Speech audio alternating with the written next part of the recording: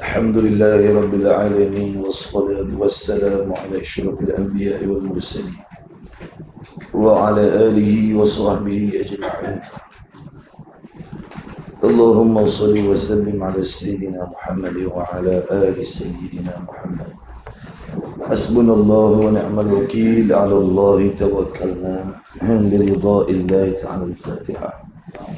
أعوذ بالله من الشيطان الرجيم. بسم الله الرحمن الرحيم. الحمد لله رب العالمين الرحمن الرحيم مالك يوم الدين. إياك نعبد وإياك نستعين. اهدنا الصراط المستقيم صراط الذين أنعمت عليهم غير المغضوب عليهم ولا الضالين.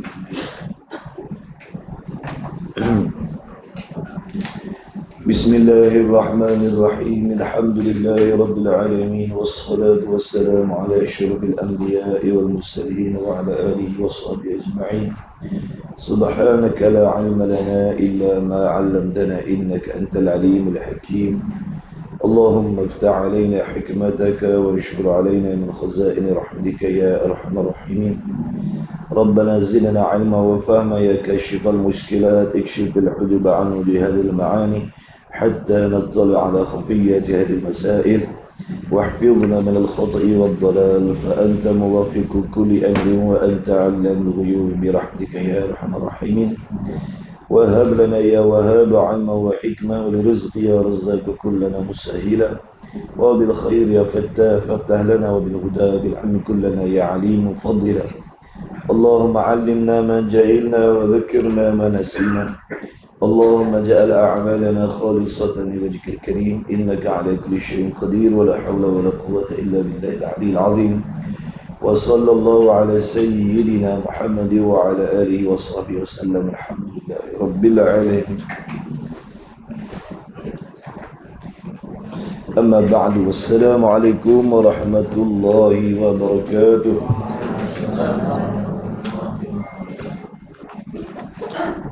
Alhamdulillah, segala puji bagi Allah Subhanahu wa Ta'ala yang memilih kita dengan diberikan nikmat taufik dapat kita bertemu pagi ini dengan meneruskan lagi insya-Allah kuliah duha kita. Diharapkan para muhibbin sekalian, hadirin hadirat sekalian yang hadir, yang mengikuti, senantiasa berada di dalam rahmat dari Allah Subhanahu wa Ta'ala. Jadi minta maaf ada gangguan pagi ini, insyaAllah tahu. Boleh dengar tak? Boleh. InsyaAllah. Kalau tak tidur boleh dengar. Baik, Allahumma salli ala Sayyidina Muhammad. Muka surat apa pun? Ha? 26. Pendengar apa? Atas ini dan pengenalan. Bismillahirrahmanirrahim. Qala al-muallif rahimahullahu ta'ala wa nafa'ana wa iyyakum bi'ulumihi wa bi'ulumi masyayikhina fid darain amin ya rabbal alamin. Tambah satu. Boleh situ. Jauh. Hah? Jauh. Oh, tali dekat. Tali dekat-dekat. Oh. Macam madu juga.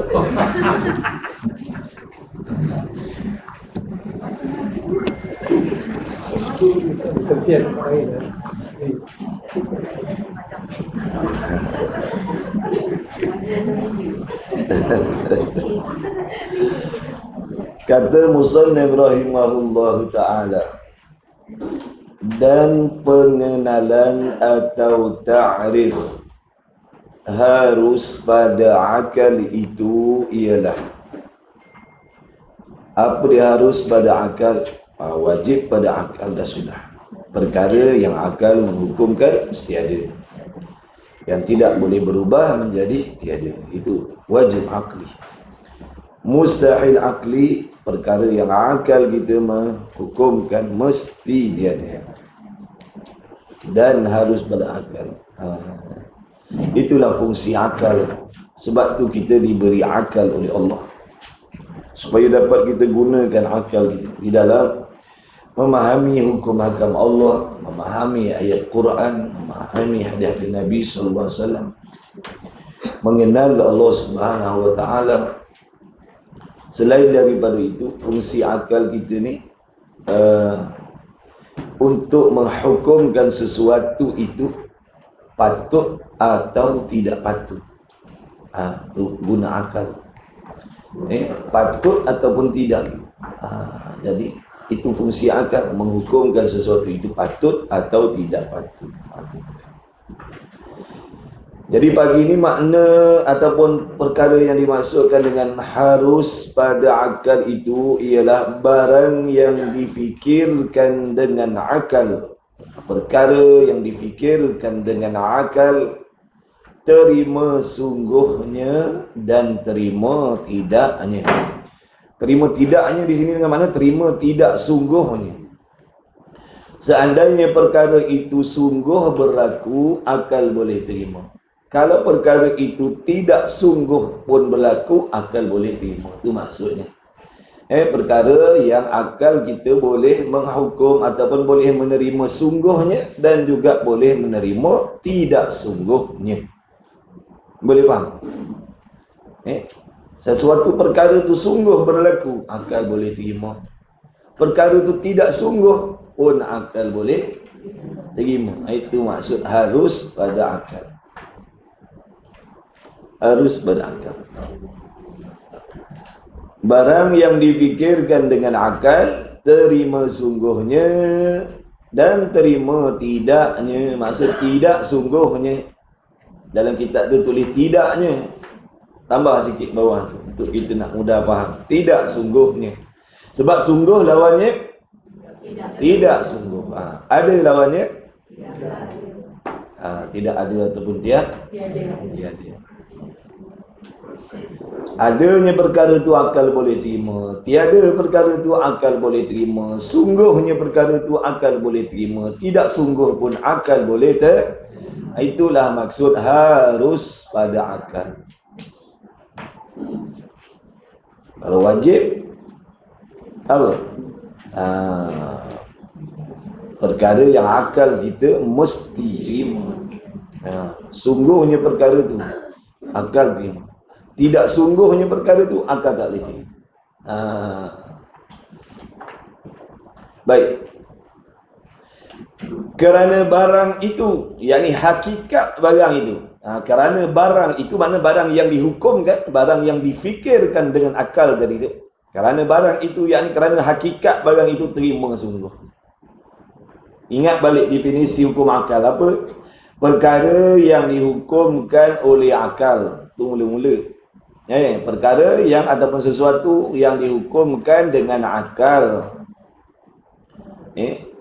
Kemudian perkara yang dihukumkan dengan akal tadi itu mesti muafakat, mesti membetuli dengan hakikat perkara. Apa yang dihukumkan dengan akal itu mesti muafakat dengan hakikat perkara. Contohnya akal kita mukmin menghukumkan apabila kita melihat alam ini contohnya, lalu kita menghukumkan bahawasanya adanya pencipta alam. Adanya pencipta alam ini. Itu hukum yang dibuat oleh akal kita. Mesti ada pencipta yang menjadikan alam. Mesti ada. Baik. Kemudian, kena pastikan hukum yang diputuskan oleh akal tadi, contohnya tentang adanya pencipta itu, betul atau tidak. Hakikat perkaranya betul ke tidak. Ada pencipta ataupun bagaimana. Nak tahu betul ke tidak, tengoklah dalil yang yakin. Itu dia berkur. Tengok dalam Quran, tengok dalam hadis, memang sungguh-sungguh alam ni ada pencipta. Jadi muafakat tak apa yang dihukumkan dengan akal tadi? Muafakat. Bila muafakat yang dihukumkan dengan akal dengan nafsul amri, hakikat perkara, maka boleh diterima lah hukum tu. Boleh terima, bahkan mesti kena terima. Sebab apa yang dihukumkan oleh akal tadi muafakat. Jadi seandainya apa yang dihukumkan, yang diputuskan oleh akal itu menyalahi dengan hakikat perkara, itu tak boleh pakai. Contohnya, orang-orang yang menggunakan akalnya menghukumkan bahawasanya Isa itu Tuhan. Mereka menghukumkan Isa itu Tuhan. Itu hukum yang dibuat oleh akal mereka. Baik, adakah hakikatnya begitu? Nafsul amrinya, hakikat pekerjaannya, betul ke Isa itu Tuhan? Jawabnya tidak. Jadi bertentangan tak? Apa yang dihukumkan oleh akal mereka dengan hakikat perkara, bertentangan ke muafakat? Bertentangan. Maka tak boleh pakai. Boleh bang?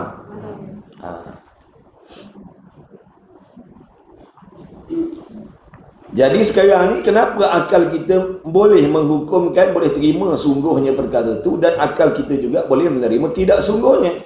Kenapa? Kerana barang itu, yakni kerana hakikat barang itu terima sungguhnya dan terima tidaknya pada diri perkara itu. Contohnya mana makhluk ini? Makhluk ni mana makhluk ni? Kita lah. Alam ni makhluk lah.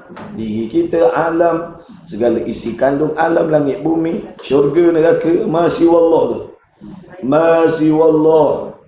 Selain daripada Allah tu orang bagi alam. Baik. Maka kita tengok pada alam ni. Tengok alam ni, tengok makhluk ni. Maka apabila kita fikir dengan akal kita, bila kita kaji selidik dengan akal fikiran kita tentang alam ini ke atas makhluk, maka dapat kita memutuskan, yakni dengan akal. Jaga baik. Maka dapat kita memutuskan, yakni dengan akal, dan menghukumkan dengan akal, terima ada dan terima tiada. Akal kita boleh terima alam ni ada, akal boleh terima. Alam ni tiada pun akal boleh terima. Sebab dulu asalnya alam ni tiada. Kita ni, makhluk ni kita. Kita boleh tak terima sekarang ni yang kita ni ada? Boleh tak akal kita terima yang sekarang ni kita ada? Boleh. Akal kita boleh tak terima yang dulunya kita tak pernah ada? Boleh terima. Akal kita boleh terima tak andai kata esok lusa kita tiada? Boleh terima. Jadi dah memang hakikat perkara itu begitu. Jadi muafakatlah apa yang kita hukumkan tadi. Kita putuskan dengan akal, kita kata makhluk ni ada pun boleh, tak ada pun boleh. Itu hukum yang kita buat. Kemudian tengok hakikat perkara. Tengok makhluk itu sendiri. Sungguh ke begitu? Jawabnya sungguh. Muafakat apa yang kita putuskan, memang hakikat perkara makhluk pun memang macam tu. Dulu kita tak ada, sekarang kita ada. Dulu ada suara, ni dah tak ada suara. Kenapa kata?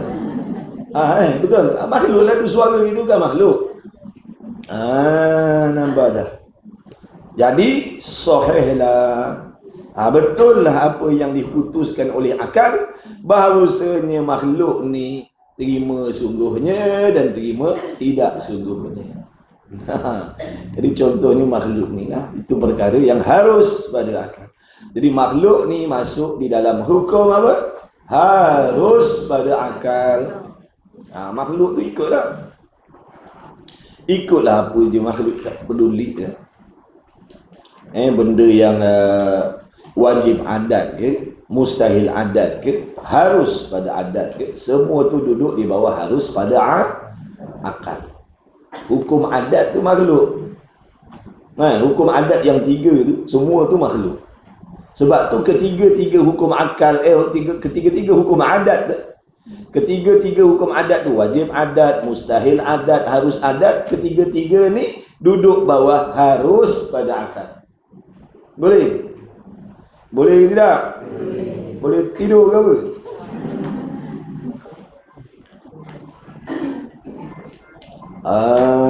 Nampak tak tu? Makan banyak mesti kenyang. Harus. Makan banyak tak kenyang-kenyang. Harus. Makan banyak sikit baru kenyang. Harus. Kurang sikit daripada orang lain makan kenyang dah. Harus. Jadi ketiga-tiga hukum adat tu duduk di bawah harus pada akal lah. Dah tulis belum? Belum. Yang belum tulis-tulis. Dah lupa kan? Kan lupa. Dan minggu depan tanya dia tak jawab. Jadi ketiga-tiga hukum adat itu, ketiga-tiga hukum adat itu, wajib adat, mustahil adat, harus adat. Ketiga-tiga itu duduk di bawah harus pada akal. Duduk di bawah harus pada akal.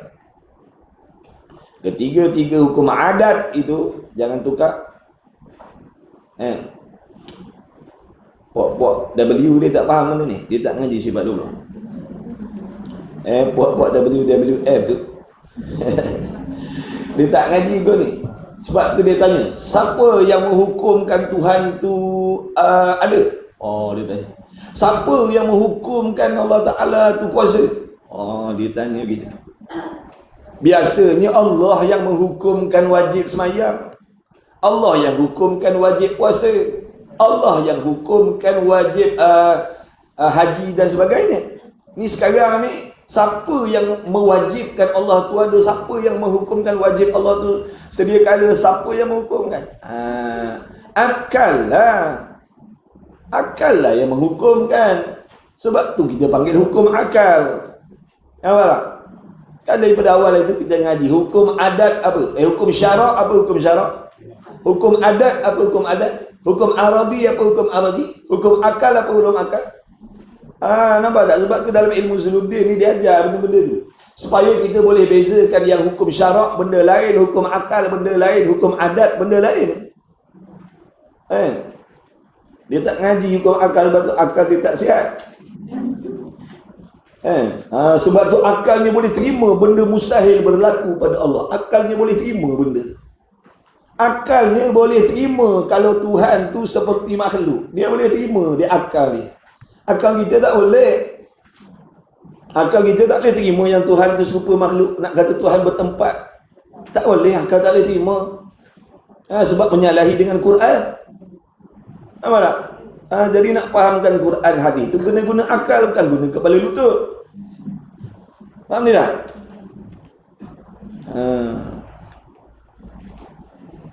Siapa hukumkan?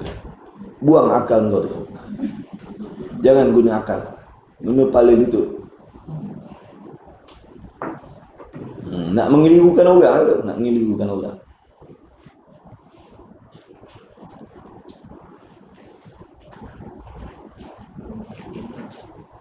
Jadi mana contohnya perkara yang harus pada akal? Makhluk ni. Jadi makhluk ni perkara harus pada akal. Sebab tu ada makhluk pun boleh terima, tak ada makhluk pun boleh terima. Taufik masuk dalam makhluk, iman kufur masuk dalam makhluk, taat maksiat masuk dalam makhluk. Tu yang Allah takdirkan tu, qada qadar tu. Semua tu makhluk. Sebab tu terpulanglah kepada Allah, nak sorak macam mana, nak tentu macam mana. Ikut dia tu. Faham tak?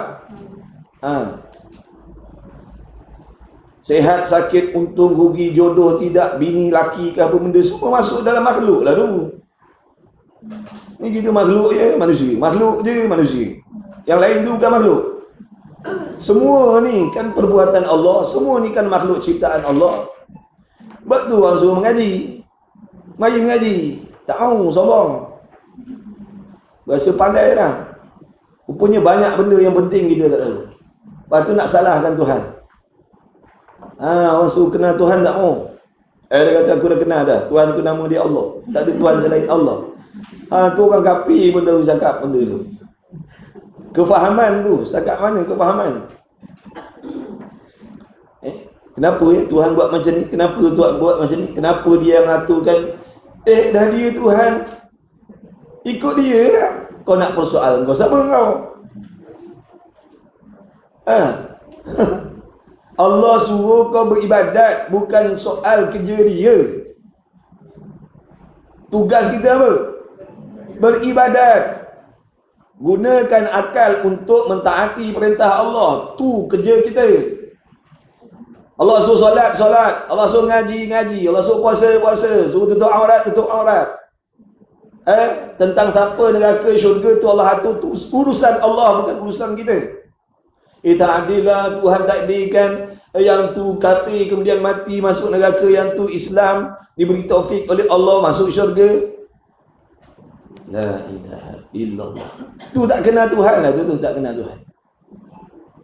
Yang kau nak petikai, nak bersoal kerja Tuhan, kenapa? Allah tak suruh kau tanya benda tu. Kau besok yang akan kena tanya. Asal kau tak semayang. Jangan nak jawab. Pasal kau tak datang rumah ngaji, rumah kau dekat. Jangan kita nak jawab. Nak soal kerja Tuhan pula dah. Tak ada tapi-tapi. Macam-macam. Macam apa? Tak. Kerja Tuhan jangan bersoal. Syaitan ni, bila Allah kata jangan fikir, jangan fikir. Ada benda boleh fikir, ada benda Allah larang fikir. Sebab kalau Allah larang fikir, kita buat keras kepala nak fikir, nanti akan datanglah syaitan nafsu merosakkan akal fikiran kita. Akan timbullah dalam hati kita pelbagai keraguan dan kesangsian terhadap Allah. Bukan kerja kita nak mikir kenapa Tuhan buat macam ni. Bukan kerja kita tu. Kerja kita mikir kenapa hati aku ni hasad dengki tak habis-habis. Itu kerja kita mikir. Kenapa aku ni asyik ngumpat. Asal aku hari ni tak boleh tengok orang senang, orang bahagia. Itu kena soal. Itu lagi baik, itu lagi bermanfaat daripada kita nak mikirkan kerja Tuhan. Urusan Tuhan. Urusan Tuhan jangan tanya. Dia Tuhan, ikut dia lah. Dia tak cabut nyawa kita sekarang pun mujur sangat dah. Boleh faham? Kak marah nasihat dia. Sebab ada yang jenis macam tu. Dia nak buat apa? Ikut dia Tuhan. Dia nak bagi makan ke? Dia tak nak bagi makan. Dia nak masukkan semua dalam api neraka. Ikut dia punya. Betul? Rasa macam tak adil lah.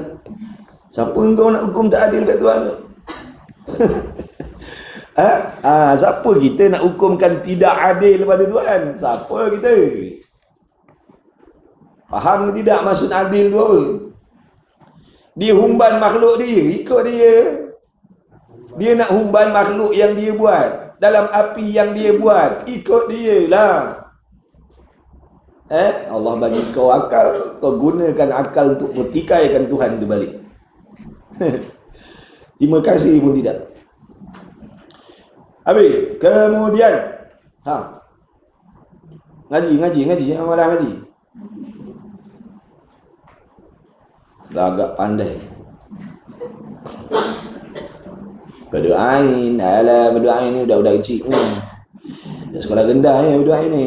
Aku dah tua ni nak ngaji berdoain, padu kifayah ngaji, tafsir, hadis. Betul. Ini apa berdoain? Itulah sebab dia sombong. Makan diri sendiri.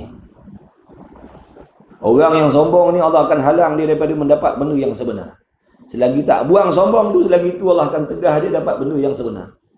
Nak dapat benda sebenar kena buang sombong, baru dapat benda sebenar. Selagi ada sombong, Allah takkan bagi kita benda yang sebenar. Duduklah dalam benda yang tak sebenar tu selama-lamanya. Maka apabila kita fikir dengan akal kita ke atas makhluk, maka dapat kita memutuskan dan menghukumkan dengan apa? Ya, terima ada dan terima tiada. Makna terima pada akal tu. Terima ada yang pada akal, dan terima tiadanya pada akal. Akal boleh terima. Ada pun akal boleh terima, tiada pun akal boleh terima. Atau terima sungguhnya, perkara tu sungguh-sungguh berlaku, akal boleh terima. Perkara tu tidak sungguh berlaku, pun akal boleh terima. Atau sungguhnya dan terima pula tidaknya. Itulah yang dinamakan harus pada akal. Itulah dia harus pada akal. Harus pada akal tu. Maka nyatalah bahawa hukum akal yang tiga itu, maksud wajib, mustahil, harus. Apabila kata wajib pada akal, maka terkenalah kepada barang yang tentu sungguh.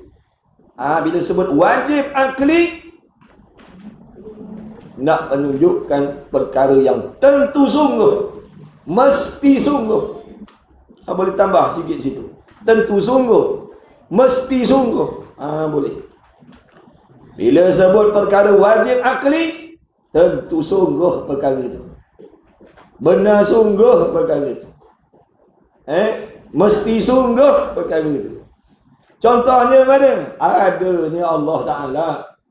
Ada Allah Ta'ala ni, bila kata adanya Allah Ta'ala ni wajib pada akal, menunjukkan adanya Allah Ta'ala tu mesti sungguh. Boleh? Boleh ke boleh? Mesti sungguh. Allah Ta'ala tu mesti sungguh. Ada sungguh. Benar sungguh. Sebab apa? Wajib wajib akli. Akal kita menghukumkan wajib, mesti Allah tu ada. Itulah gunanya akal tadi. Dengan akal tadi dia menghukumkan Tuhan ni mesti kena ada. Akal tak boleh terima nak kata tidak adanya Tuhan. Jadi apabila akal kita menghukumkan mesti, itulah namanya wajib.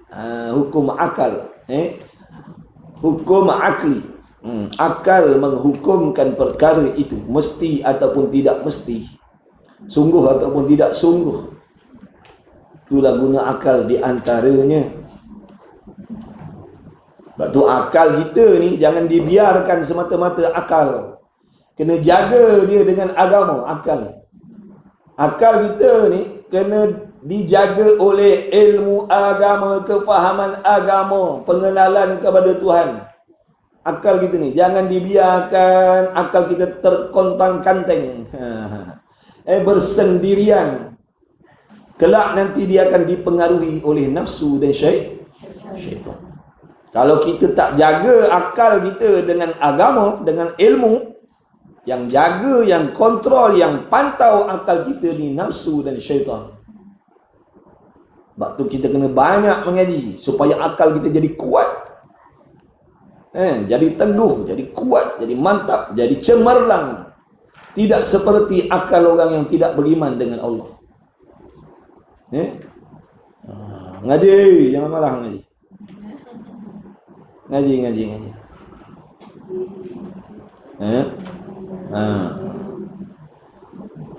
Maka nyatalah bahawa hukum akal yang tiga itu apabila wajib pada akal, maka terkenalah kepada barang yang tentu sungguh. Barang tu makna sesuatu lah. Sesuatu yang tentu sungguh. Contohnya adanya Allah, tentu sungguh. Sedia kalanya Allah, tentu sungguh mesti. Tidak serupa Allah dengan makhluk. Sungguh. Mesti Allah Ta'ala tak serupa dengan makhluk. Bukan kata harus. Tidak serupa Allah dengan makhluk. Harus, bukan harus. Mesti tidak serupa dengan makhluk. Faham tak tu? Sebab tak faham ni lah. Tak faham masalah ni lah, hukum ni lah. Akal-akal mereka tu boleh terima kalau seandainya Tuhan nak menyerupai makhluk, nak berkelakuan seperti kelakuan makhluk, akalnya boleh terima. Kalau Tuhan tu nak bergerak diam, dia boleh terima. Padahal bergerak diam ni kelakuan makhluk. Boleh tak kita nak kata Tuhan tu sekarang sedang bergerak? Boleh? Boleh tidak? Sebab apa tak boleh? Itu jawapan dia. Sebab apa tak boleh? Membawa kepada serupa dengan makhluk. Bergerak diam ni bukan kesifat kita. Hanya orang ngaji je dia jawab tu. Tak ngaji, apa tak boleh pula? Bolehlah dia kuasa. Dia nak bergerak ke, dia nak diam ke, bolehlah dah dia kuasa. Dia akan jawab macam tu kalau tak ngaji. Dah mengaji pun boleh jawab. Mana boleh nak kata Tuhan bergerak ke diam? Bergerak diam tu keadaan jisim makhluk baru.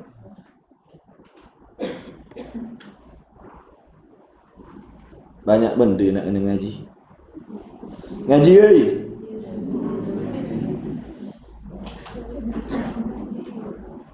Jangan buat belagak sombong tak nak ngaji. Ni akidah ni ngaji betul-betul ni. Ilmu akidah ni ngaji betul-betul. Zaman ni banyak orang rosak akidah ni. Jangan buat sombong. Orang ajak mengaji buat buka tadi.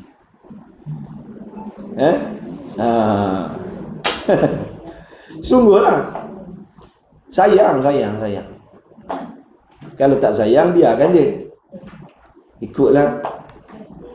Suka hati nak ikut pahaman sesat ke, Mu'tazilah, Jabariyah ke, Mu'attilah ke, Liberal ke, Wahabi ke, ikut kau orang lah. Pandai-pandai lah kau. Kubur kau, aku kubur aku. Nampak? Tapi Islam tak ajar macam tu.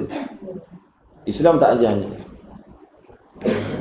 Kena ada sifat kasih sayang. Kena ada sifat belas kasihan. Tengok kawan-kawan yang duduk dalam pahaman yang sesat. Kesian dia orang. Kesian. Sebab nampak dah akibat dia. Akibat daripada memiliki akidah yang sesat, akibat daripada hidup atas dunia tak nak belajar agama, nampak dah akibat dia. Nabi bagi tahu dah, akibat tak belajar ni besok macam mana dalam kubur. Macam mana hari kiamat besok. Macam mana besar celaka yang nak kena hadap ni besok ni. Sebab tu dah nampak tu, kesian. Mari belajar, jangan tak belajar, mari mengaji. Nanti kecelakaan tu tak tertanggung. Mari. Yang dengar, yang ikut ni orang yang tak ada takabur dalam hati. Orang yang ada takabur, dia takkan pedulikan ajakan-ajakan tu. Sebab dia berasa dia hebat, dia kuat, dia beres dah. Dia berasa dia dah alim, dia berasa dia dah pandai dah. Padahal kefahaman dalam dirinya terhadap Allah masih lagi banyak, dia tak tahu. Ngaji, ini nak kiamat dah, ngaji. Tak kiamat pun kita dah nak mati dah, biarpun kiamat lambat lagi, kita ni nak mati dah ni, tak lama dah. Sehari 2 hari mati ya kita ni. Sehari 2 hari mati. Ingat lama lagi ke? Asal takut? Risau risau. Nabi suruh sebut mati selalu. Nabi suruh ingat mati selalu, sebut mati selalu, kerana sebut mati ni banyak faedah dia. Mengingatkan kita kepada Allah, melembutkan hati kita, menawarkan hati kita terhadap kecintaan dunia, menambahkan gemar kepada ibadat. Tu bila sebut mati. Bila tak ingat mati, tu yang nak kumpul harta tak habis-habis tu. Tak cukup, nak enjoy. Jangan-jangan besok kau mati dah. Dia jadi terduduk saja. Kitab belum khatam. Tak apa. Kitab tak khatam, kita khatam dulu. Mati dalam menuntut ilmu. Tak nanti khatam. Sebab tu betulkan niat ngaji sungguh. Walaupun hari ni dia baru datang, baru ngaji, baru ikut muka pertama, baru dia mati, husnul khatimah dia. Sebab yang nak memberi faedah keselamatan akhirat tu Allah, bukan ilmu kita ni. Yang nak menjaga hakikat iman kita, akidah kita waktu nak mati besok Allah, bukan ilmu kita. Yang kita mengaji ni nak buat sebab, supaya kita tak jadi golongan-golongan yang minta Allah jaga iman tapi tak buat sebab. Faham tak? Sebab ada golongan yang macam tu. Ya Allah, hidupkan aku dengan iman, matikan aku dengan iman ya Allah. Tapi dia hidup, dia tak peduli pun tentang nak belajar tentang iman dia. Jadi jangan duduk dalam kumpulan tu. Dia nak Allah jaga iman dia. Dia nak Allah pelihara iman dia. Dia nak mati husnul khatimah. Dia takut mati kafir. Tapi dia tak buat apa. Dia tak peduli. Orang ajak mari belajar pasal iman, pasal akidah ni. Dia kata nanti tu. Tapi doa, ya Allah. Matikan aku dengan iman. Minta tapi tak buat sebab. Itu nama Jabariyah. Jabariyah macam tu lah. Serah kepada takdir. Usaha. Nak Allah terima amal, kena usaha baiki amal. Nak Allah terima solat, kena usaha baiki solat. Nak Allah terima, nak Allah jaga pahala kita supaya bawa balik kiamat besok, kita kena usaha berpantang. Jauhkan mengumpat, berdengki macam-macam. Barulah minta Allah pelihara amal. Ni minta Allah pelihara amal, berhenti mengumpat tak berhenti. Berdengki tak berhenti, tapi minta ya Allah, besok beratkanlah timbangan amal aku. Nak berat apa? Atas dunia habis terlongkop hauk dah. Kita yang buat, kita yang robohkan. Kita yang buat, kita yang robohkan. Tapi nak minta Allah beratkan kita punya timbangan amal. Ngaji lah. Baru tahu nak balik akhirat ni cerita dia macam mana. Macam nak pergi Langkawi ke, nak pergi jalan ke, ni cerita nak balik akhirat ni, nak balik ke kubur ni, cerita dia macam mana. Mengaji, ambil tahu supaya mudah-mudahan ada timbul kerisauan, kebimbangan nak menghadapi mati itu. Mudah-mudahan menggerakkan kita untuk buat persiapan yang terbaik. Selebihnya serah pada Allah. Allah suruh ngaji, kita ngaji. Ilmu fardu ain kita ngaji, jaga niat kita, berusaha beramal, berusaha beribadat, berusaha perbaiki. Selebihnya serah dengan Allah. Serah dengan Allah, harap Allah terima usaha kita yang tak sempurna. Dan mustahil pada akal itu terkena kepada barang yang tentu tidak. Itu mustahil akli pula. Mustahil akli, iaitu mana? Dan mustahil pada akal itu terkena kepada barang yang tentu tidak, yakni tidak sungguh. Tentu tidak sungguh, tambah perkataannya. Tentu tidak, yakni tentu tidak sungguh. Bila saya buat benda mustahil je, benda tu mesti benda yang tidak sungguh. Contohnya mana? Lemah Tuhan. Tidak sungguh lemah Tuhan. Lemah Tuhan, nak dikatakan Tuhan lemah, tidak sungguh. Mustahil. Tuhan tu tak berapa tahu.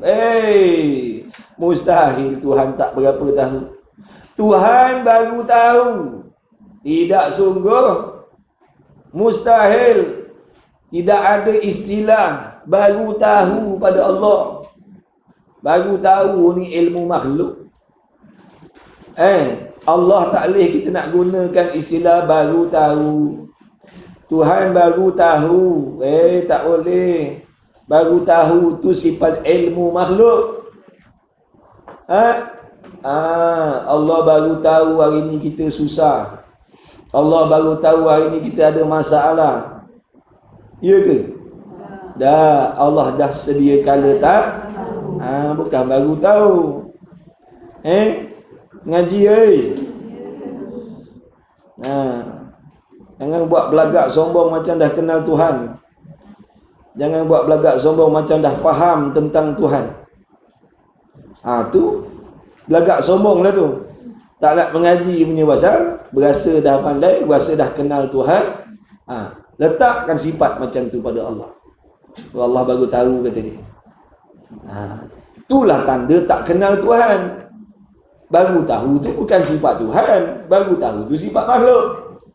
Kalau kita kenal Tuhan, kita takkan cakap macam tu. Orang yang kenal Tuhan, dia tak cakap Tuhan tu baru tahu, Allah baru tahu aku ada masalah hari ni. Allah baru tahu hari ni aku ada anak begini. Dah, Allah tahu sedia kala dah. Dan harus pada akal itu kena kepada barang yang terima kedua-duanya, yakni terima sungguh dan terima tidak.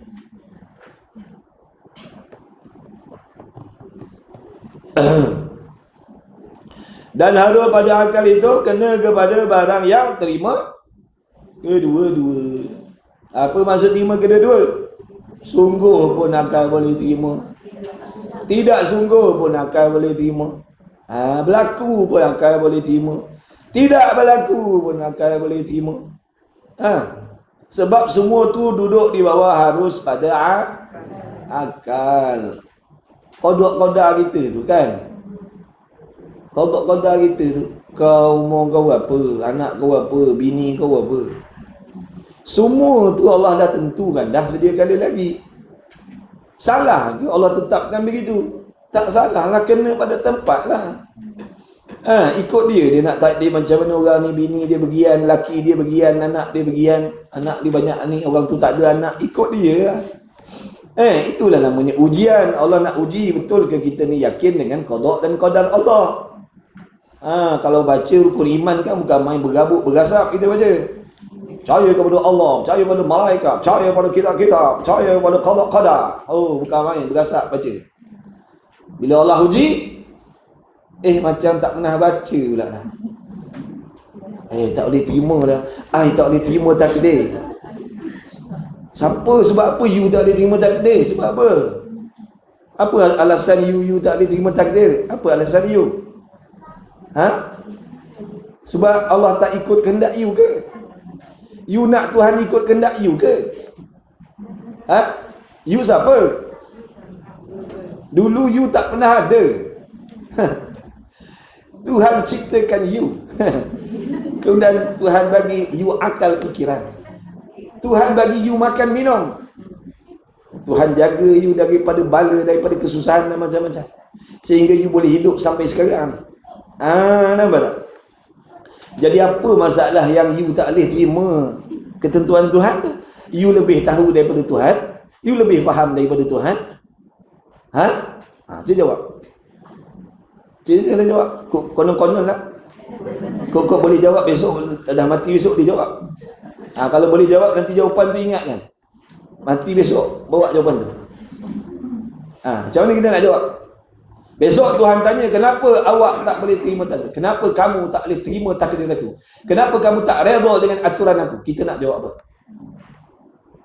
Fikirkan sekarang. Nak jawab apa? Hei, yang tak boleh terima takdir. Kadang-kadang yelah kan, kita nak bagi faham tu. Yang kau nak petikai ni, kenapa? Kau kata kau percaya Tuhan. Orang percaya Tuhan ni dia tak ada petikai dah. Dia terima seterima-terimanya. Akur seakur-akurnya. Itulah sifat hamba. Bukan pertikaikan kerja Tuhan dia. Ikut Tuhan nak corak, nak takdir, nak bagi apa, dia terima semata-mata terima. Itu baru hamba. Ini mengaku hamba. Masuk duit dalam envelope RM5, tulis kat luar hamba Allah. Ingat senang nak jadi hamba Allah, jadi macam tu Kenapa tak? Kenapa tak boleh terima takdir? Cik jawab. Apa alasan kita nak bagi besok Allah tanya, kenapa tak boleh terima takdir? Kenapa tak suka dengan apa yang Allah atur? Nak jawab apa? Aku lebih tahu daripada engkau ya Allah. Nak jawab apa? Mengaku aja lah. Mengaku je. Mengaku apa? Mengaku salah ke apa?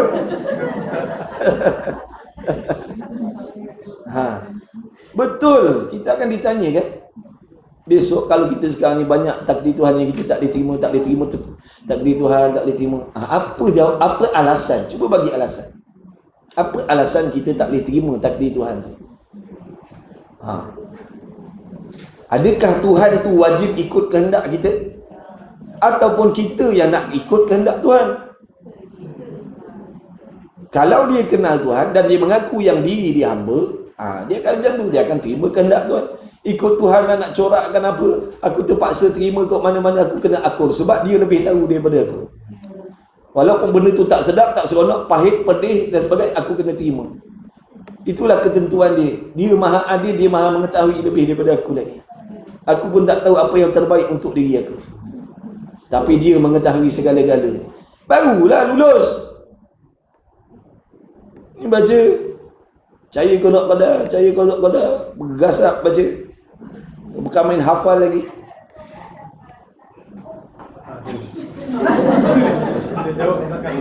Gak boleh lah. Dia tolong jawab. Sungguh tuan-tuan ni, lawak-lawak juga ni. Dia fikir-fikir. Besok Allah tanya kita, kenapa kau tak terima takdir aku? Apa kita nak bagi? Ni api menjulang-julang dah tunggu ni. Api neraka menjulang-julang nak tunggu ni, nak kena humbar dia. Kita nak jawab apa? Tak boleh jawab. Sebab tu orang yang mempertikaikan takdir Tuhan ni adalah orang yang biadab dengan Tuhan. Orang yang biadab dengan Allah, berlagak lebih tahu, lebih pandai, lebih faham daripada Tuhan. Makna dia bohong. Makna penyaksian dia Allah tu, Tuhan tu tidak sebenar. Sebab dia ragu tentang Tuhan dia. Dia ragu yang Tuhan tu maha bijak, maha mengetahui, maha adil. Dia ragu. Na'udzubillah min zalik. Kalau dia meragui ilmu Tuhan, rosaklah kita. Meragui ilmu Tuhan. Ataupun dia merasa dia lebih tahu daripada Tuhan, rosaklah akidah. Sebab tu dalam 3 kategori benda yang memurtadkan ni, yang paling bahaya ni akidah. Zohirnya berserban, berjubah, berkopiah, bertudung, bernikab, tapi hati meragui ilmu Allah, makna dalam diam akidah dia rosak dah. Faham tak tu? Sebab tu kita ni suruh belajar supaya kita berhati-hati.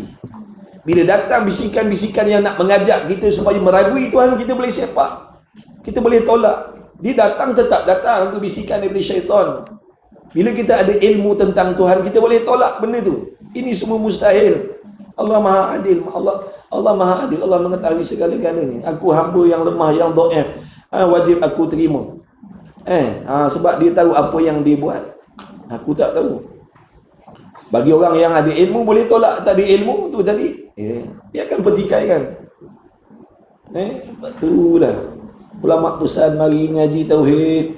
Awaluddin ma'rifatullah. Sebelum kau kenal semayang, puasa, haji, umrah, kau kena kenal Tuhan dulu sepatutnya. Kita ni sebenarnya sebelum semayang, puasa, zakat, haji, umrah, buat yang lain-lain tu, buat yang disuruh, tinggalkan yang haram tu. Sebelum tu sebenarnya kena Tuhan, kenal Tuhan dulu. Tapi kita ni kenal Tuhan kendian. Dah buat ibadat belas tahun, puluh tahun, baru nak kenal Tuhan. Sebab tu banyak kesalahan kita. Mudah-mudahan jadi iktibar untuk generasi kita. Itu pengajaran yang Allah nak bagi pada kita. Bila Allah dah sedarkan kita macam ni, nampak betapa bahayanya melengah-lengahkan mengenal Tuhan. Mudah-mudahan Allah ampunkan dosa kita semua. Amin ya rabbal alamin. Makna pastikan generasi itu jangan jadi macam kita. Jangan jadi macam kita. Nak kenal Tuhan dah lewat, baru nak kenal Tuhan. Beribadat dah macam-macam. Imam Ghazali kata dah, orang tak kenal Tuhan, ibadatnya tak sah. Orang tak kenal Tuhan, ibadatnya tak sah. Macam mana tu kita nak jawab? Ke Imam Ghazali tak reti Quran, hadis duk cakap macam tu? Imam Ghazali kata orang tak kenal Tuhan ni, amalannya tak sah. Buatlah amal pun tak sah amal dia. Sebab tu kita kena harap pengampunan Allah je. Sebab kita ni dah banyak buat silap. Kita ni dah banyak buat silap. Leka dengan dunia, leka dengan ilmu-ilmu dunia, leka dengan keseronokan dan macam-macam lagi. Sehingga kita mengemudiankan ilmu yang penting-penting. Mudah-mudahan Allah ampunkan dosa kita semua. Amin ya rabbal alamin. Allah Maha Pengampun. Sebenarnya Allah nak didik kita. Sebenarnya Allah nak didik kita supaya kita pastikan generasi kita ambil berat sungguh-sungguh tentang agama. Itu pengajaran Allah nak bagi kita. Jangan risau, Allah Maha Pengampun. Tanda Allah nak terima kita, sebab tu Allah pilih kita sekarang ngaji. Itulah tanda Allah nak terima kita. Faham tak?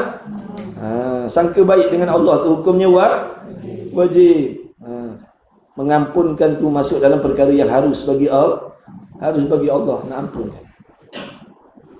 Lepas tu syukur sangat bila kita ni Allah pilih belajar. Allah nak bagi kesedaran supaya kerosakan macam ni tidak berterusan dalam generasi kita.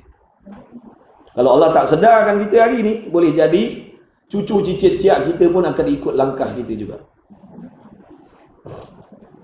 Kejar dunia dulu, agama-agama ni nanti-nanti. Nauzubillah. Dan nyata pula daripada uraian hukum akal itu bahawasanya mengetahui hukum akal itu satu tangga bagi mengenal akidah. Jadi faham daripada huraian yang sebelum ni tadi, mengetahui hukum akal, memahami tentang hukum akal yang tiga tadi, wajib, mustahil, harus tu. Memahami, mengenali hukum akal yang tiga itu adalah merupakan satu tangga bagi mengenal akidah, yakni yang sebenar. Jadi dengan fahamkan hukum akal yang tiga ni, barulah kita boleh faham akidah yang betul bagaimana, akidah yang salah bagaimana. Dia punya Allahumma salli ala sayyidina Muhammad, penyebabnya mana? Alatnya, hukum akal ni lah. Tangga yang nak menyampaikan kita kepada akidah yang betul. Maksudnya kalau kita tak belajar hukum akal ni, tak nak ambil tahu, tak nak ambil peduli tentang hukum akal yang tiga ni, maknanya tidak ada tangga yang nak menyampaikan kita kepada akidah yang sebenar. Macam mana kita nak memiliki akidah yang betul kalau hukum akal ni kita pun tak pandai, tak nak mengaji, tak pernah dengar? Boleh faham tak situ? Jadi penting ke tak penting belajar hukum akal ni? Penting. Sebab dia sebagai sebab kita boleh mengenal akidah yang betul. Ibaratnya tangga nak menyampaikan. Maknanya kalau tak ada ni, tak ada tangga nak menyampaikan kepada akidah yang betul. Sebab tu kalau tak belajar hukum akal ni, kita tak boleh nak beza akidah yang betul dan akidah yang salah. Kita tak boleh nak beza. Kenapa dia kata Mu'tazilah tu salah? Kenapa? Qadariyah tu salah, Jabariyah tu salah, Wahabiyah tu salah, akidah dia kenapa? Nak tahu jawapan kena faham ni dulu. Kena faham ni, hukum akal ni dulu, baru boleh dapat jawapan kenapa. Selagi kita tak faham hukum akal yang tiga ni, orang akan cakap pun kita akan melopong dengar macam. Sebab kita tak faham apa yang benda apa yang mesti ada, apa yang mustahil ada, apa yang harus ada. Kita tak faham. Akal kita tak boleh nak menetapkan sesuatu tu patut ataupun tak patut.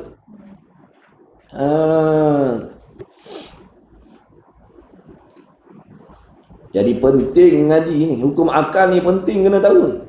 Sebab apa? Dia merupakan alat nak menyampaikan kepada akidah yang betul. Nak bezakan akidah yang sesat macam-macam tu belajar.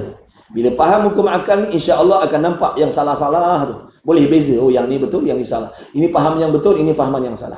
Baru boleh nampak bila faham hukum akal ni. Ni kita tak nak ngaji tauhid. Orang ajak ngaji sifat 20 tak mau.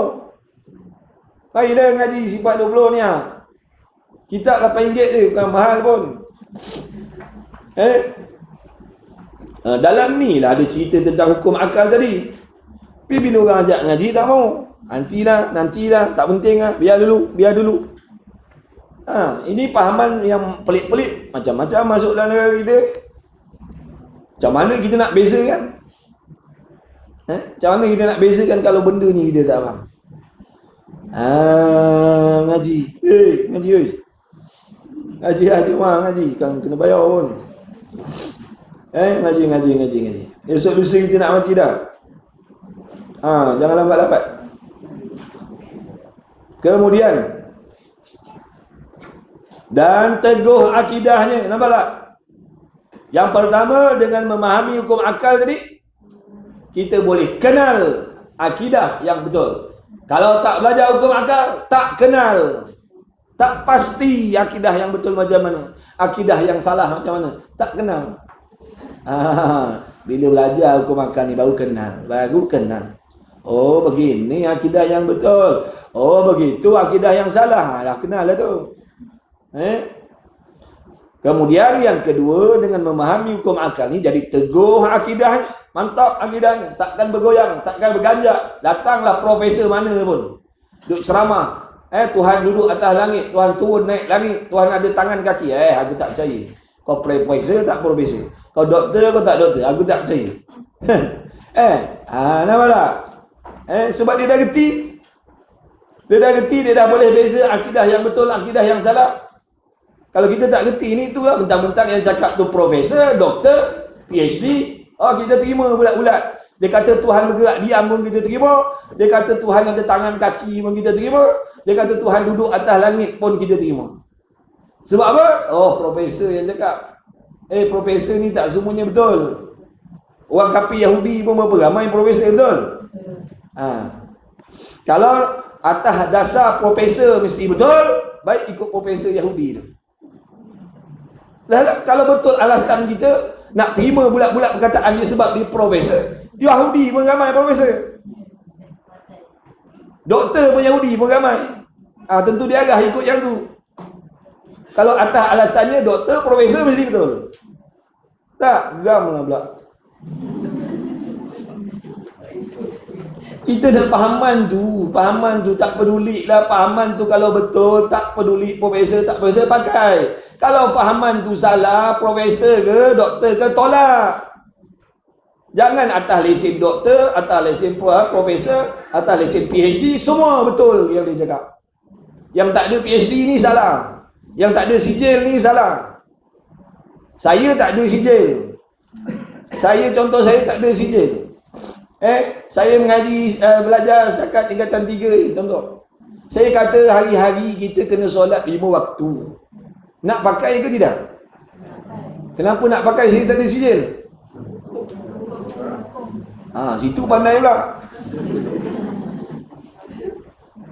Jadi tak peduli ada PhD tak ada PhD, kalau dia cakap benda betul wajib terima.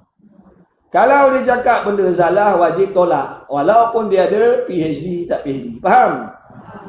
Yalah tu. Tak percaya ni. Kan diam-diam duk tengok ikut kuliah tu, pok-pok tu.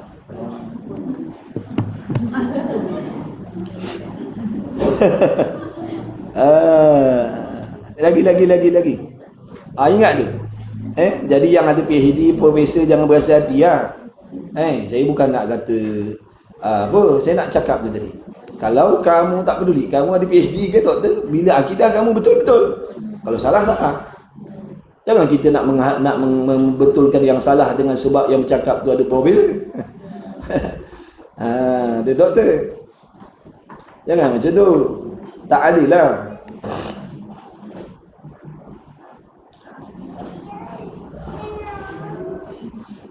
Dan teguh akidahnya. Nampak akidah jadi teguh. Datanglah nak hasut macam mana, sama ada hasutan yang datang daripada luaran atau hasutan yang datang daripada dalam diri kita sendiri, daripada syaitan, daripada nafsu, dia boleh tergap, dia boleh tolak, dia akan teguh, dia tak akan berubah, dia tak akan jadi syak dengan Allah. Dia tak akan jadi syak insya-Allah, dia tak akan jadi syak dengan Allah. Sama ada hasutan tu datang daripada luar ataupun hasutan tu datang daripada dalaman, daripada syaitan dan nafsu. Dia akan tetap teguh akidah. Saat-saat nak mati besok tuan-tuan, lebih-lebih lagi. Saya ada kawan dulu seorang, waktu dia sakit, dia duduk dalam ICU tu, Allah lihatkan dia suasana dalam tu macam mana. Tapi dia panjang umur. Dia kata, ustaz, dalam tu setan punya penuh, ustaz. Macam cendol, ustaz. Macam cendol dalam balang. Penuhnya bilik ICU tu dengan setan, kata dia. Duk datang menghasut dia supaya tinggalkan agama Islam. Waktu tu. Tapi dia hidup lah. Datangkan rupa tokong gini, rupa tokong gitu. Buddha lah, Hindu lah, ini datang dakwah. Duk ajak tinggalkan Islam. Macam mana tu kalau dia sendiri tak gerti macam mana? Ni cerita betul, bukan cerita dongeng, cerita betul. Dia kata takut, Ustaz. Mujur Allah selamatkan dia. Berkat dia mengaji, dia baru mengaji, tak pandai lagi pun. Tapi dia dah ngaji, dia sungguh ngaji. Nampak tak? Sebab tu saya pesan, ngaji je. Betulkan niat, ngaji sungguh-sungguh. Bila Allah bagi berkah, tak pandai pun kita selamat, insya-Allah. Tu pertolongan Allah lah tu. Ni dia kata penuh.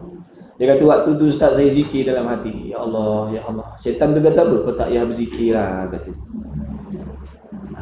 Dia kata kau tak payah berzikir. Sekarang ni kau dengar kita orang punya zikir, kata dia.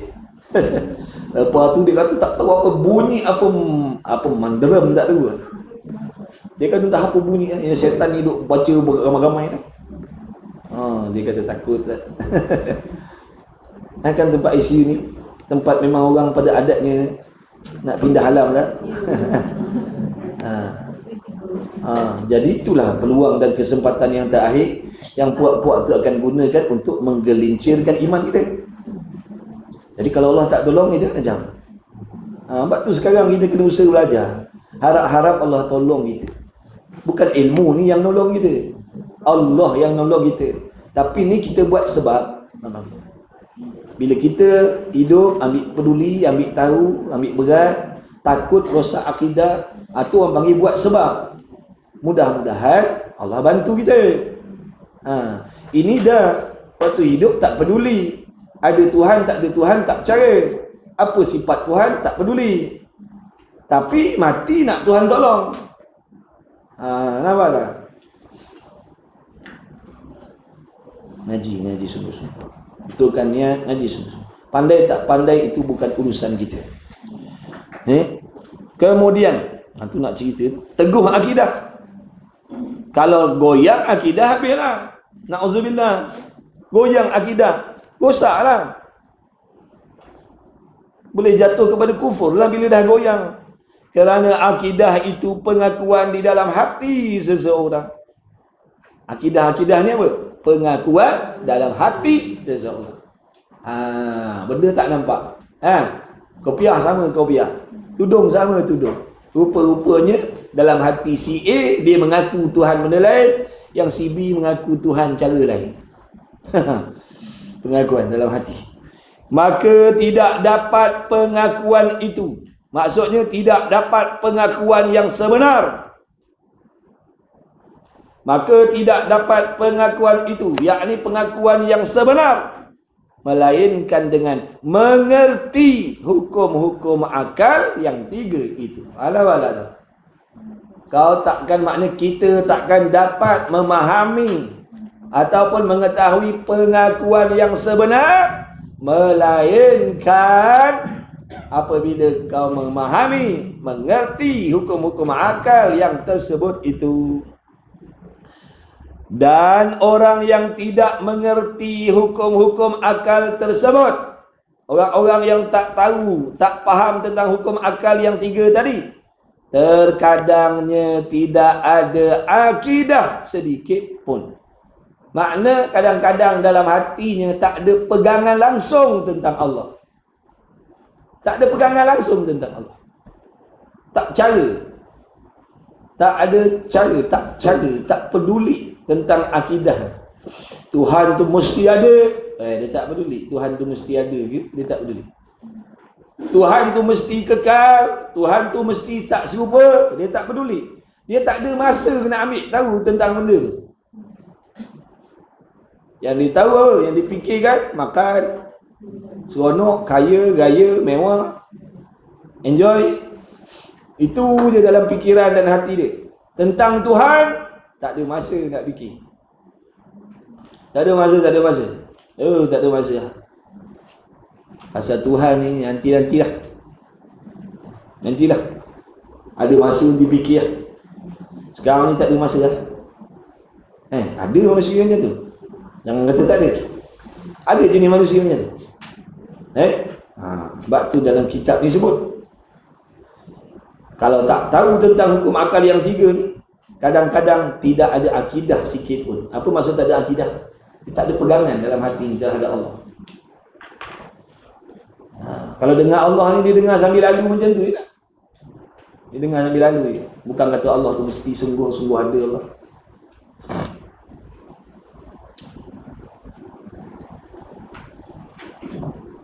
Aku tak kisahlah mana-mana.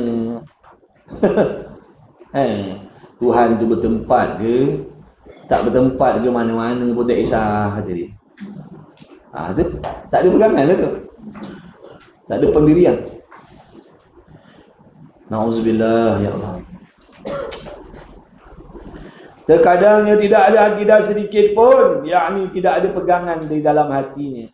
Maka orang yang tidak ada akidah atau tidak ada pegangan itu, dinamakan dia orang yang jahil, orang yang tak tahu. Dan jahil dengan Allah Ta'ala itu tidak sah imannya. Situ yang takut. Tak tahu tentang Allah ni, tak ada pegangan tentang Allah ni, tak sah iman.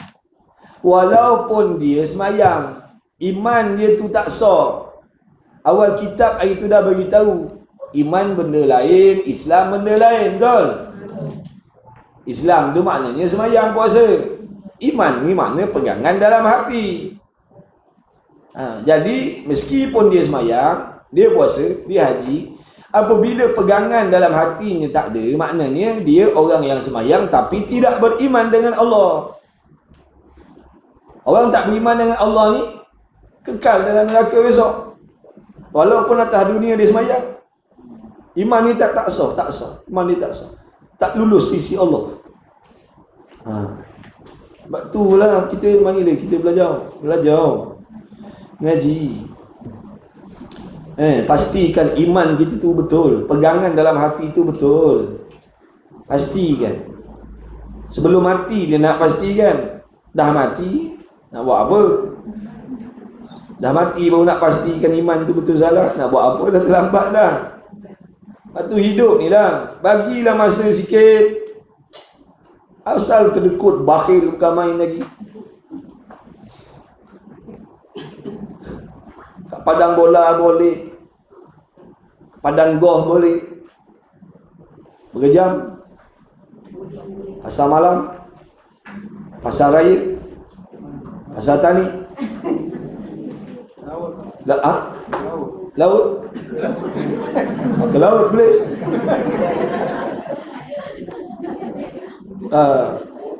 ke laut boleh, lepak tepi pantai boleh, shopping boleh, kedai makan tom yum boleh. Kenapa tak boleh bagikan 4 jam seminggu mengaji? Isnin malam Selasa 1 jam, Selasa malam Rabu 1 jam, Rabu malam Khamis 1 jam, hujung minggu hari Sabtu 1 jam mengaji tajwid. Apa tak boleh? Jadi miskin ke? Jadi pakai miskin ke? Turun pangkat ke? Kena tarik ke jawatan? Dah. Apa yang bakhil sangat? 168 jam Allah bagi, 4 jam dia ambil untuk ilmu, takkan tak boleh? Asal bakhil now.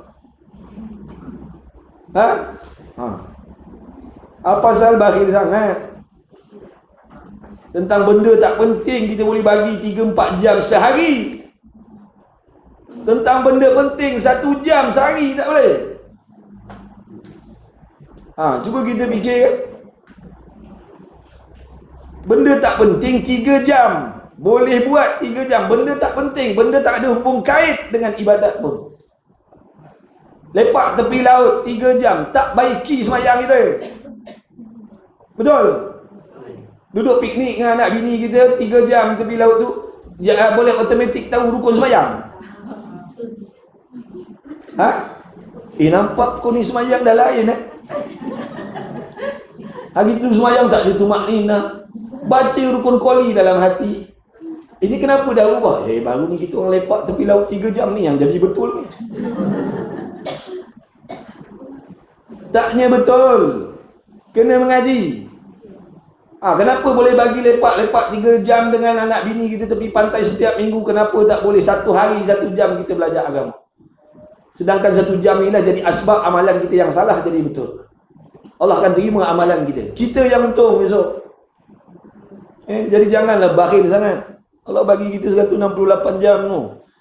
Ambil 4 jam je. Ada lagi 164 jam lagi. Duduklah dalam laut tu, jangan keluar-keluar. Dah 164 jam lagi ada. Carilah. Nak cari apa? 4 jam je. Kau main bakhil lagi. Pasal malam ada. Pergi 1 jam. Mana ada lebih. Kedai tom yum berapa jam? Nak order sekian jam. Lambat ambil order.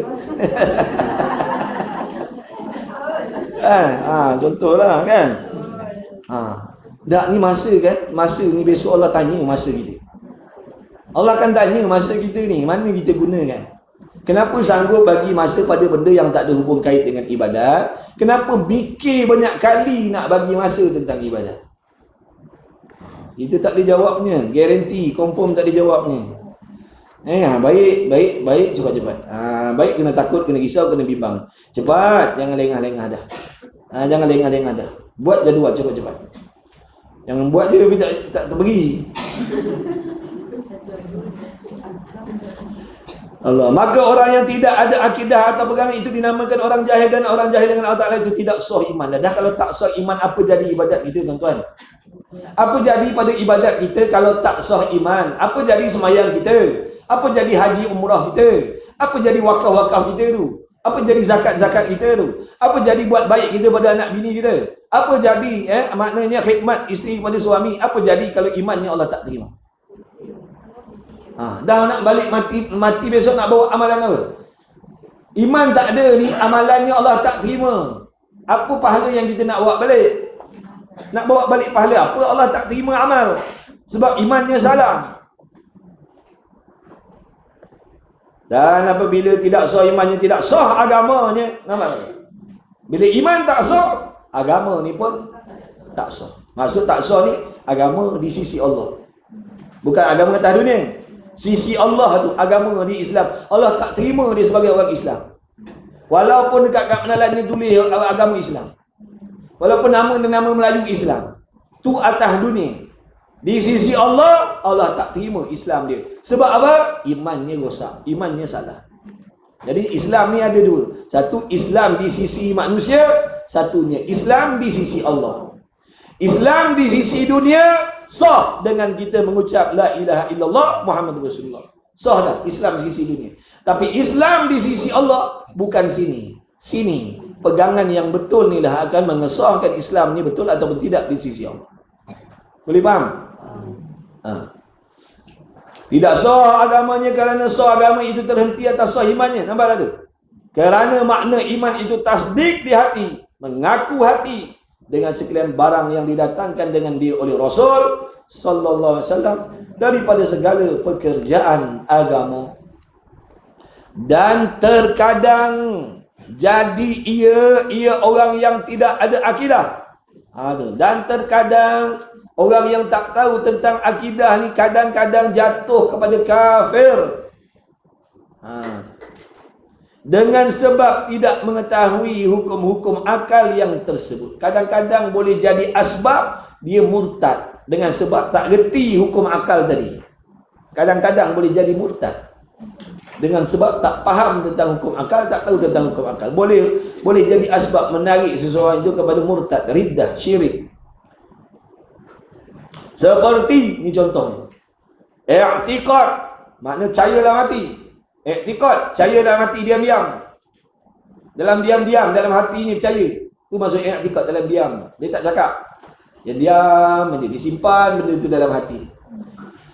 I'tiqad seseorang akan bahawanya Tuhan itu putih umpamanya. Dalam diam-diam selama hidup dia ni, rupa-rupanya dalam diam-diam dia ni percaya yang Tuhan ni bercahaya putih. Tapi dia tak pernah cakap dengan orang. Faham tak? Dia tak pernah cakap, dia diam. Bila sebut Allah, bila sebut Tuhan, tu yang dia faham. Oh, Tuhan ni cahayanya putih, terang putih. Tapi dia tak pernah cakap dengan orang. Itu nama i'tiqad tadi tu. Ni yang bahaya ni. Sebab orang tak nampak akidah dia salah. Orang tengok dia beriman, orang nampak dia sembahyang puasa, orang kata betul lah iman dia. Rupa-rupa dalam diam salah akidah ni. Nampak tak? Dalam diam-diam, dia i'tiqad Tuhan tu warna putih. Umpamanya tu makna contohnya. Mana banyak lagi contoh lain. Dalam diam-diam, dia i'tiqad yang Tuhan ni contohnya apa? Duduk di atas langit. Dalam diam-diam. Dia percaya bila sebut Allah je, dia tahu makna duduk atas langit sana.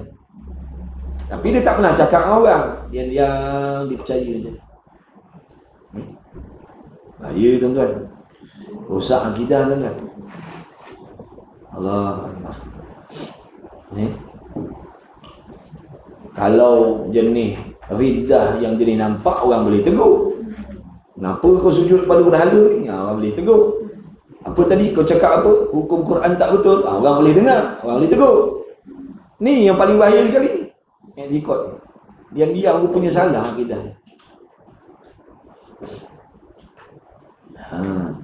Bahaya.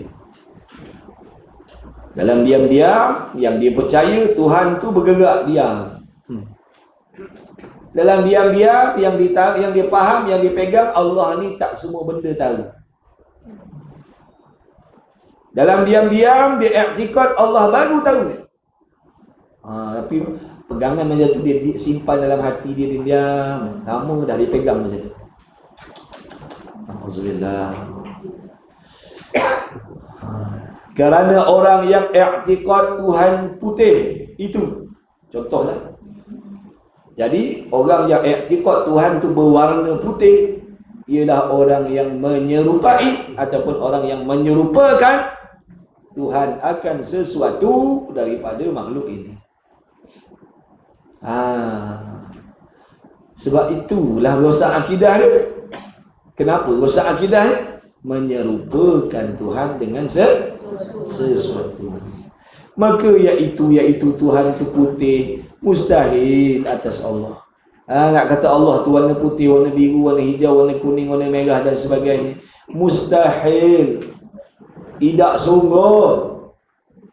Tak boleh terima pada akal atas Allah Ta'ala.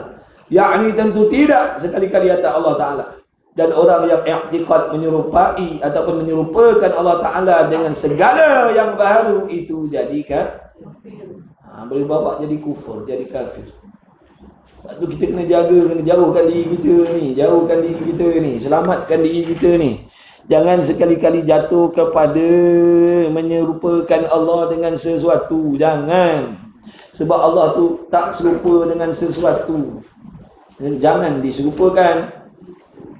Kalau begitu tahulah kita bahawa belajar hukum akal itu wajib syarak pula.